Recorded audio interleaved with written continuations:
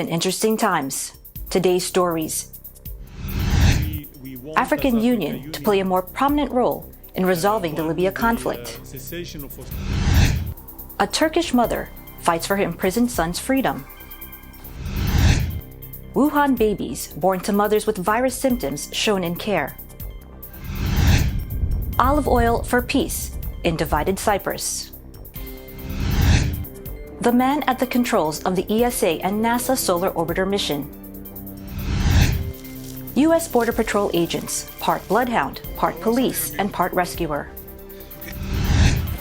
Sanders claims, quote, "We won the popular vote in the Iowa caucus." Plus, UC Davis hosts Northern California's largest student-run mental health conference. This is Eagle News, coming to you from New York, bringing you stories from around the globe, and I am Jennifer Polintan.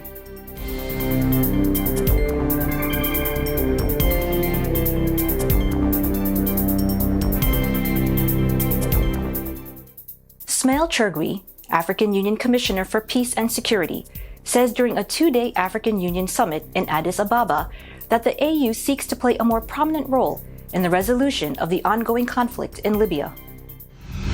We want, as African Union, when the cessation of hostilities becomes officially signed, we want to join UN in an assessed mission in Libya to evaluate what is necessary to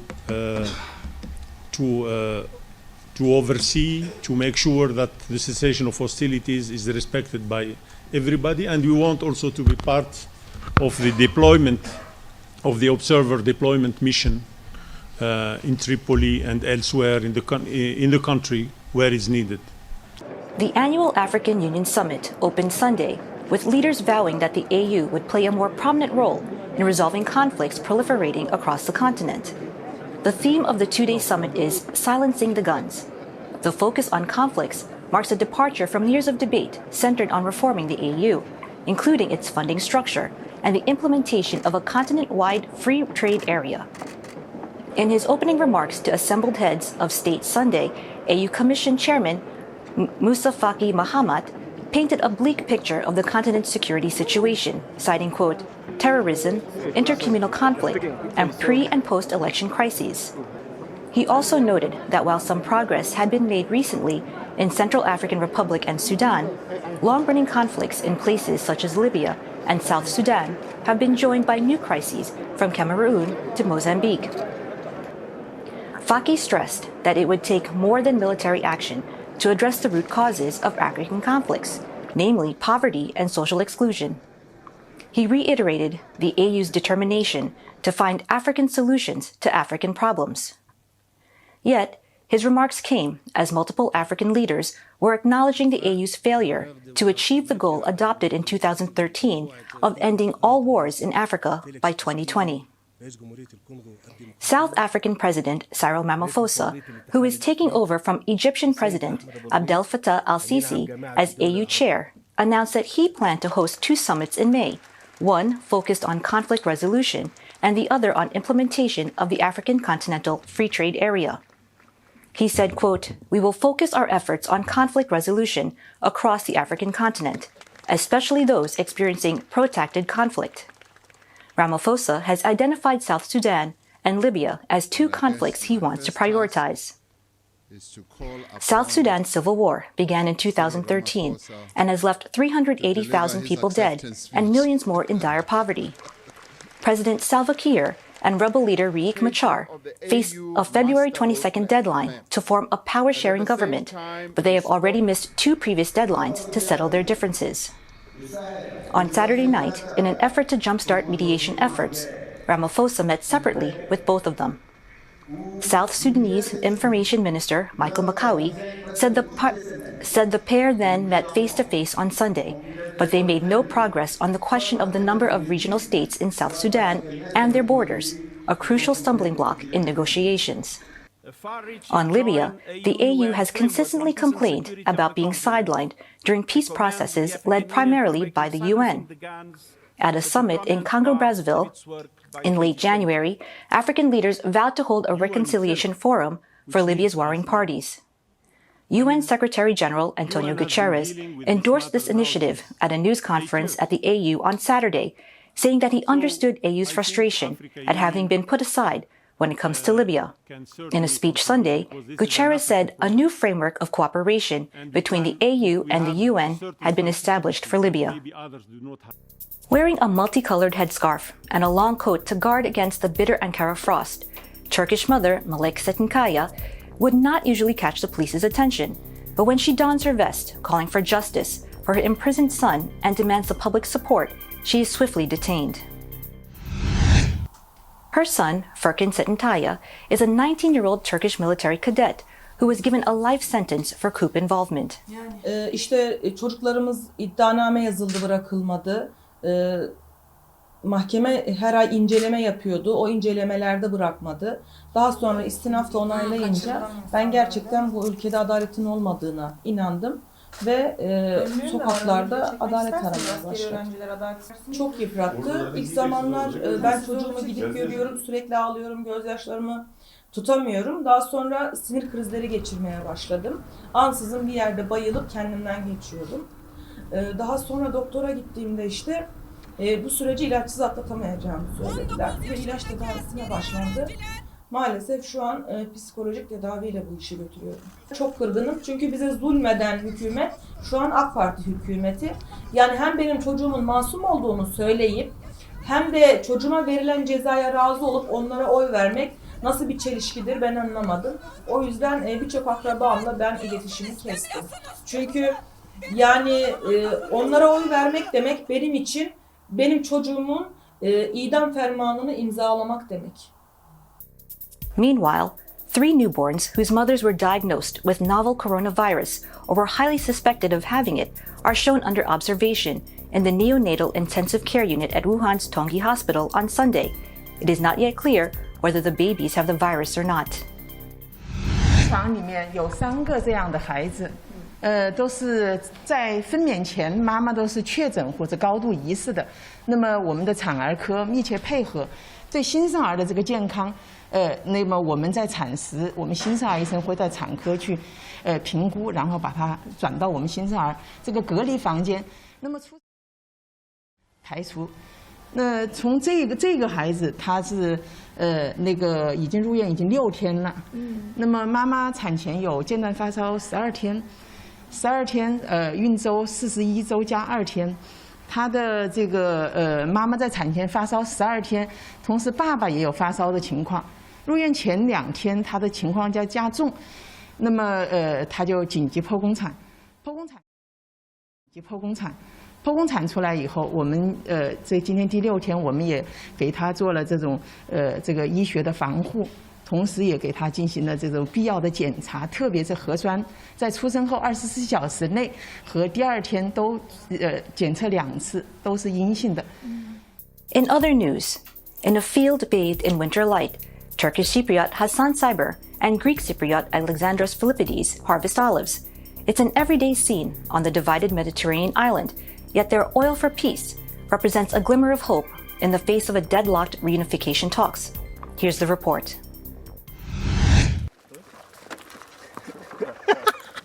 Exactly the Cyprus problem. Hasan is Turkish Cypriot, Alexandros is Greek Cypriot. In 2017, the two friends founded a company selling olive oil harvested from both sides of the divided island of Cyprus. Olive oil is a rare example of a startup trying to bring together the two communities. Integrate. Olive oil is trying to promote the peace process in Cyprus through a common goal that we have, a common staple that is being shared by the two communities, which is olive oil. Cyprus has been divided since 1974. Hasan and Alexandros face numerous obstacles: 2 bank accounts, 2 phone numbers, 2 addresses. The startup has 2 entities. The one in the south buys from the one in the north in order to export to the EU. Our business model is we buy 50% of our olives from the northern farms, 50% from the southern farms. This is the first time it's ever been done since 40, 50 years in Cyprus. and then we donate 10% of the profits back. Our operations based on biocommunality, but also the profits are donated back to the communities. Another problem the two friends face is certification. The Turkish-occupied northern part of the island isn't internationally recognized and is subject to export restrictions. Olives harvested in the north cannot be registered as organic by the EU. In 2003, crossing points opened along the UN-patrolled Green Line, which had until then hermetically divided the island in two. At the checkpoint, customs officials asked for numerous documents to identify the olives. So when these olives are picked, they become sort of Turkish Cypriot oil olives, but they're not regarded as organic, and they need to have passports and all kind of documentation then to become EU product. And that's not the case in South Cyprus. When we pick up olives, they're automatically organic or biodynamic or whatever they are. They go to mill, they become oil. These olives are in a legal limbo at the moment. At the mill, the olives from the north are mixed with those from the south. A glimmer of hope for Hassan and Alexandros, as reunification talks are at a deadlock. But with no way to label their mixed oil as organic, the two friends are now thinking of marketing it in separate bottles. Up next, the man at the controls of the ESA and NASA Solar Orbiter mission. U.S. Border Patrol agents, part bloodhound, part police, and part rescuer. Sanders claims, quote, "We won the popular vote in the Iowa caucus." Plus, UC Davis hosts Northern California's largest student-run mental health conference. Eagle News will be right back. Stay with us.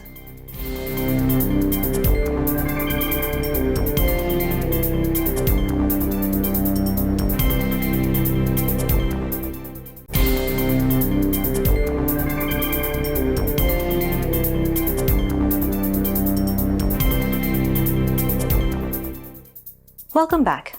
This is Eagle News coming to you from New York. Today we meet Sylvain Lodieu, the French spacecraft operations manager at the controls of the Solar Orbiter mission by the European Space Agency, or the ESA, and NASA. Take a look. Okay, so I'm the overall spacecraft operations manager for Solar Orbiter, and on Monday I'll be leading one of the two teams as a spacecraft operations manager as well. So ensuring that all the timelines and procedures we've rehearsed all these last months are properly followed, and coordinating all the teams which work with us during this 3 days early phase. Yeah, it's a very strange feeling. I've had it a few times on other missions as well. We're basically waiting now. We're ready. It's too late anyway if we're not ready, and we're just waiting. All our systems are frozen, our timelines are frozen, procedures are frozen. There's nothing to do anymore. Just wait. So we just basically count the hours and try and rest, because the week could be tough next week. So yeah, just be ready and fit. So hopefully you'll be able to understand more the sun and how it impacts the Earth, our weather here. Also, it's the first time we'll be going and observing the poles. So we use Venus, the planet Venus, and the gravity assists to incline the orbit of the spacecraft around the sun, and we'll go up to 30 degrees with the years. The European Space Agency embarks upon one of its most ambitious projects to date when its Solar Orbiter probe launches from Florida's Cape Canaveral, bound for the sun. The craft, developed jointly with NASA, is expected to provide scientists with unprecedented insights into the sun's atmosphere, its winds, and magnetic fields. It will also garner the first ever images of our star's uncharted polar regions. After a flyby of Venus and Mercury, the satellite is set to hit a maximum speed of 245,000 kilometers per hour and settle into the orbit around 42 million miles from the sun's surface. Packed on board will be 10 state-of-the-art instruments to record myriad observations that scientists hope will unlock some of the clues about what drives solar winds and flares. Anne Pakros, mission director, said the experiment was designed to understand how the sun creates and controls the heliosphere, the giant bubble of plasma that surrounds the solar system. Solar winds and flares emit billions of highly charged particles that impact planets, including the Earth, but the phenomena remains poorly understood despite decades of research. Mio Hanfia from France's Institute for Space Astrophysics said, quote, "Solar winds may be slow or fast, and we don't know what causes this variability.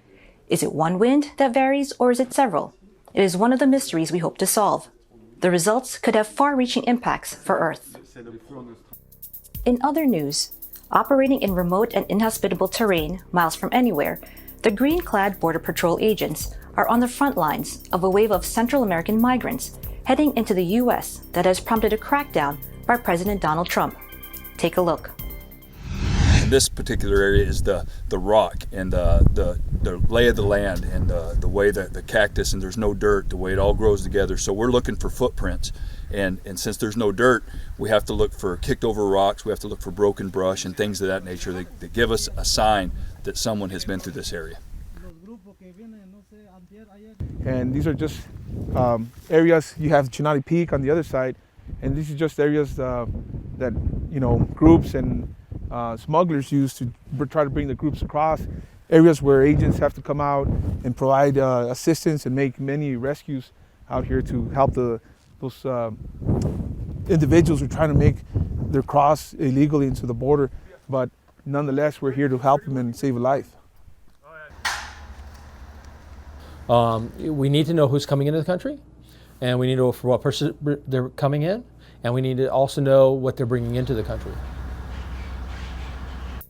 Bernie Sanders, at a rally in New Hampshire, claims, quote, "We won the popular vote in the Iowa caucus by 6,000 votes, despite results showing victory in the chaotic contest for his rival Pete Buttigieg." According to pollsters, Sanders and Buttigieg are running neck and neck ahead of the New Hampshire primary. We won the popular vote in the Iowa caucus by 6,000 votes. And while the turnout there was not as high as I would have liked, what was extraordinary is that young people under 30 saw an increase in their percentage of votes by 33%.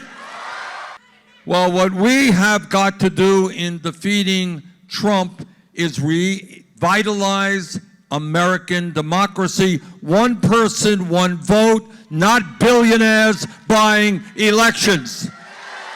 I am confident that we are going to win here in New Hampshire. And if we win here in New Hampshire, we're going to set the pace to win in Nevada and South Carolina and California.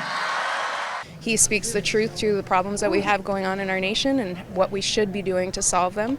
Taking money out of politics is number one. That's his number one object and has been for a very long time, and he's been speaking the truth for decades. We don't really have much of a sort of left-wing politics in this country. Bernie's kind of revitalized that. The young people are blown away by the movement that he's started. So, it's very inspiring. But according to his state party on Sunday, U.S. Democratic presidential candidate Pete Buttigieg narrowly won the chaotic Iowa caucuses, collecting 14 delegates ahead of Bernie Sanders with 12. The delayed results were marred by multiple technical issues, and the outcome has been subject to complaints and demands for a recanvassing check of the vote. Buttigieg, the former mayor of South Bend, Indiana, and Sanders, the leftist senator from Vermont, were separated by a razor-thin margin in the caucuses held on Monday. Sanders' campaign manager, Faiz Shakir, told CNN on Sunday, quote, "You can expect us to be asking the Iowa Democratic Party for a recanvass of the discrepancies that we have identified and found for them. It's been handled incompetently from our perspective." The National Democratic Party chairman has ordered a review of the results following the technological problems, and his doubts were raised about the accuracy of the process. Massachusetts Progressive Senator Elizabeth Warren won 8 delegates to send to Democratic Convention in July that will choose who takes on Trump in the November election. Former Vice President Joe Biden won 6, and Minnesota Senator Amy Klobuchar won 1.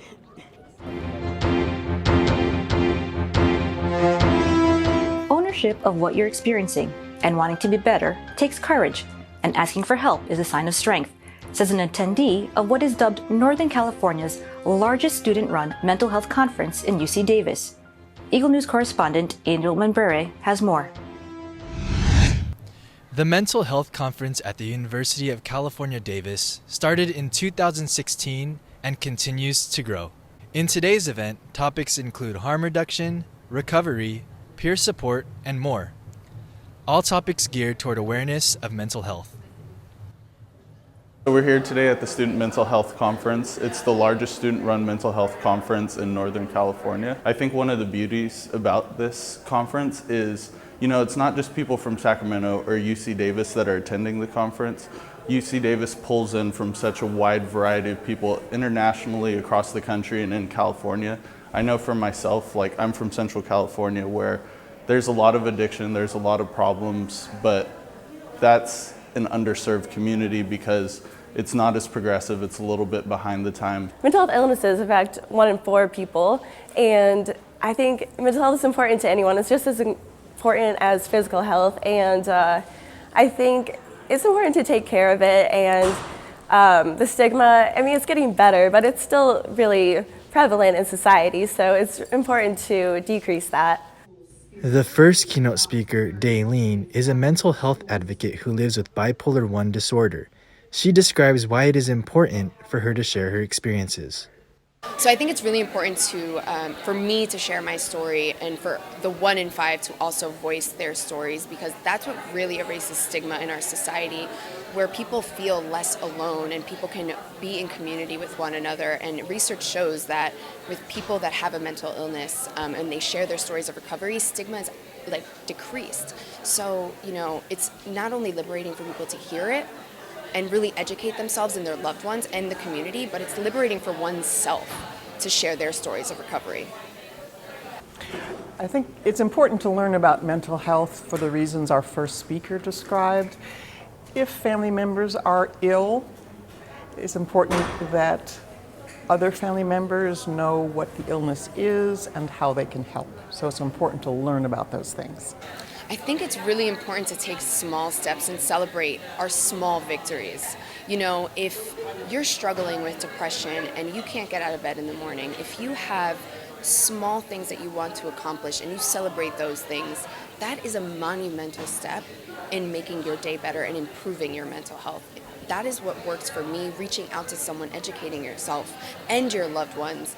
It doesn't happen overnight, and learning about your illness and what works for you one day might not work for you the next day. So it's really just being patient with yourself, taking small steps, celebrating the small victories, and just loving on yourself, that is going to make all of the difference in your life.